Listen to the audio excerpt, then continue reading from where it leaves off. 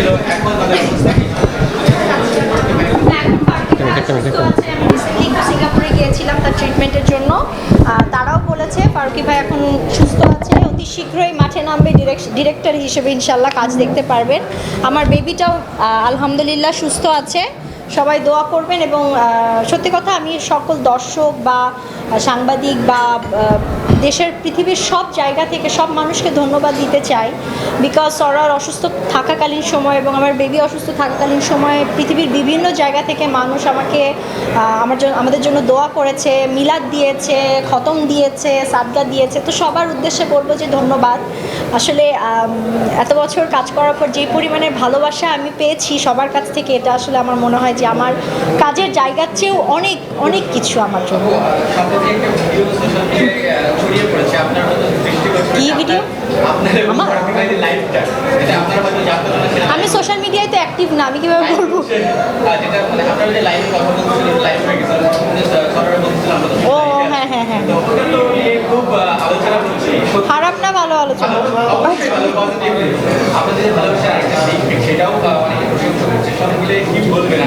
না, ওই যে আবারও বলবো সৃষ্টিকর্তার কাছে ধন্যবাদ যে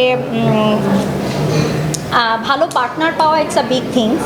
আমি আমার পাশে একজন ভালো মানুষকে পেয়েছি অ্যাজ আ হাজব্যান্ড হিসেবে, যে আমার কাজে সাপোর্ট করে, আমার পার্সোনাল লাইফে সাপোর্ট করে, আমার ভুল ত্রুটিকে ক্ষমা করে আমাকে আবার আপন করে নেয় এবং আমাকে সবসময় শেল্টার দেয়। এরকম মানুষ পেয়েছি আমি, তার কাছেও কৃতজ্ঞ এবং সৃষ্টিকর্তার কাছেও কৃতজ্ঞ।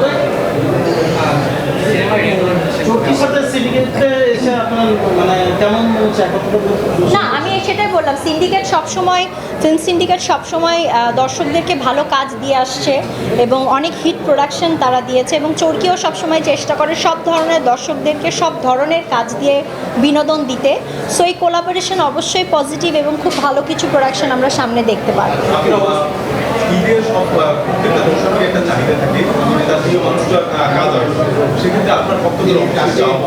এখন আমি ক্যামেরার পিছনে অ্যাজ আ প্রডিউসার হিসেবে কাজ করছি অ্যান্ড আমি এনজয়িং দ্যাট।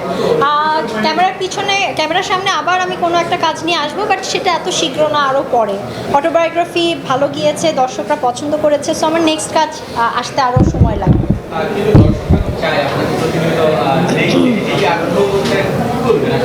দর্শকদেরকে বলবো অপেক্ষা করুন, আছে না সবুরে মেওয়া ফলে, অপেক্ষা করলে অবশ্যই ভালো আরও একটা প্রোডাকশন আমাকে দেখা যাবে। সো এই ভালো সময়টার অপেক্ষা করছি। হ্যাঁ, কেমনে বলবো? তোমার বিয়ে হয়েছে? আমি এখন জিজ্ঞেস করবো বিয়ের জন্য কতদিনের জন্য অপেক্ষা করবা?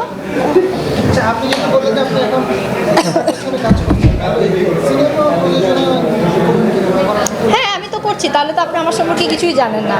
অলরেডি আমার জি5-এ লেডিজ অ্যান্ড জেন্টলম্যান আমার প্রোডাকশন, নো ল্যান্ডসম্যান আমার প্রোডাকশন, ডেফিনেটলি যেটা হচ্ছে চরকির সাথে যেটা আমরা কোলাবোরেট করে করছি, মিনিস্ট্রি অফ লাভ, সেটার ওয়ান অফ দ্য প্রডিউসার আমি। সামনে আরও একটা প্রোডাকশনের এডিট চলতেছে, সেটার প্রডিউসারও আমি। So I am doing it honestly and properly. So বাকিটা দেখা যাক, ফিউচারে আমি ভালো কিছু কাজ করতে চাই। কোয়েশ্চেন শেষ, উত্তর শেষ করতে দাও, বলো। ক্যামেরার সামনে কাজ করা সহজ নাকি? দুটাই সহজ। তো দুটা সহজ বলবো না, সহজ কোনো কিছুই না পৃথিবীতে। সাংবাদিকতা কি সহজ? অবশ্যই সহজ না। সো পৃথিবীতে কোনো কাজই আসলে সহজ না, সব কাজই কষ্ট করে অর্জন করতে হয়। ক্যামেরার সামনের কাজটাও কষ্টকর, ক্যামেরার পিছনের কাজটাও কষ্টকর। শিখছি, ভুল ত্রুটি হচ্ছে, নিজেকে শুধরাচ্ছি, বাট প্রপারলি কাজ শেখার চেষ্টা করছি।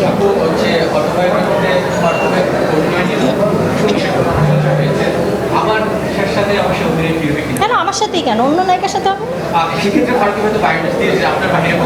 ও আচ্ছা, সেটা ওর ভাষ্য, আমার ভাষ্য না। আমি যদি অন্য আর্টিস্টদের সাথে কাজ করতে পারি, সে কেন পারবে না? বাট এটা তার চয়েস, সে অ্যাক্টিং করবে কি করবে না।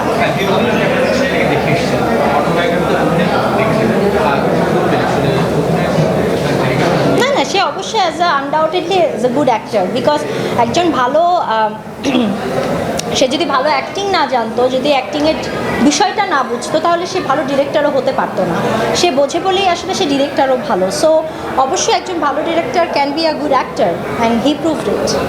আপু আমি একটু লেটে জয়েন করছি, আমি জানি না হয়ে গেছে বলো না আবার সব প্রশ্নের উত্তর দাও। ছোট করে একটা ফারুকি ভাই এখন শারীরিক অবস্থা কেমন? উত্তর দেওয়া হয়ে গেছে, তারপর আবার বলছি আলহামদুলিল্লাহ ভালো আছে। এখন রেস্টে আছে, বাসায় বসে এডিট শুরু করেছে, কিছুদিনের মধ্যেই ডিরেক্টর হিসেবে মাঠে নামবে আশা করছি। থ্যাংক ইউ সবাইকে, আগামী ঈদ মোবারক।